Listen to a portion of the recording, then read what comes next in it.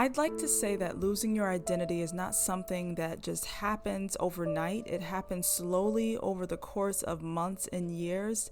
And before you know it, you are drowning and you don't know how you got there. And that's basically how I was feeling at that point.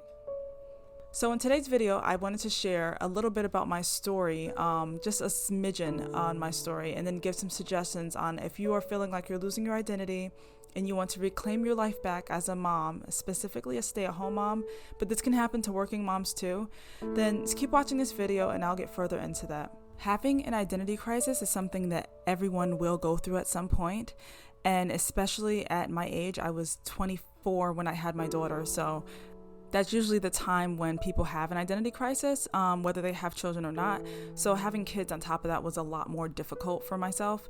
And I had my son when I was 28, and it was just it was hard. It was not a little hard. Let me not understate my feelings.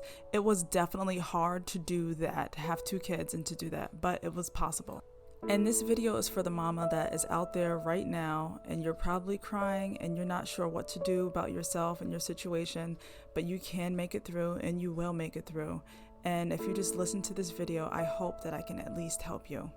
We cook, we clean, and we sacrifice so much of what we want for our family, and we try not to complain.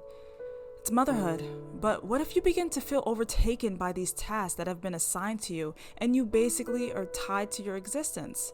Listen, I'm a stay-at-home mom of two, and I know the feeling all too well. I've been there. So I made some changes. And what did I change? Well, for starters, I had to sit down with a notebook and journal to do some exploration into how I felt and why I felt that way. I felt like I was suffocating and drowning underwater, trapped by my life and unable to take a breath of fresh air. I needed an outlet. I needed something that was mine, just mine, not anyone else's. And so I wrote down a list of hobbies I always wanted to do: horseback riding, pottery, YouTube, hiking.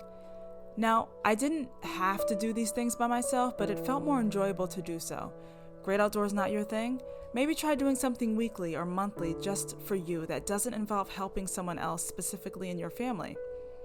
Like getting your nails done, going to the hair salon, watching your favorite movie, reading a book, creating a vision board, do a 2,000-piece puzzle. The options really are endless, and those are just a few examples, but you can do anything that pulls at your heartstrings or anything that you want to do. The point is for you to reclaim your life, to do something that you used to enjoy, and to find what makes you, well, you. Who are you outside of mom and wife? The first step towards rediscovery is acknowledging that you have an identity that was left behind and needs to be reinstated. Lastly, try to find some other mom friends if you haven't already and connect about those feelings. Depending on your personality, this can be a challenge or it can be an easy task. If you are an introvert like myself, it may be more enjoyable to take time away from others to recharge. If you are an extrovert, however, maybe you need to be around others to feel more rejuvenated.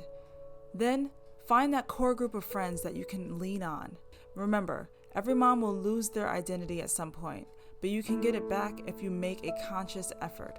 Until next time, comment below what you did to regain your identity outside of being a mom.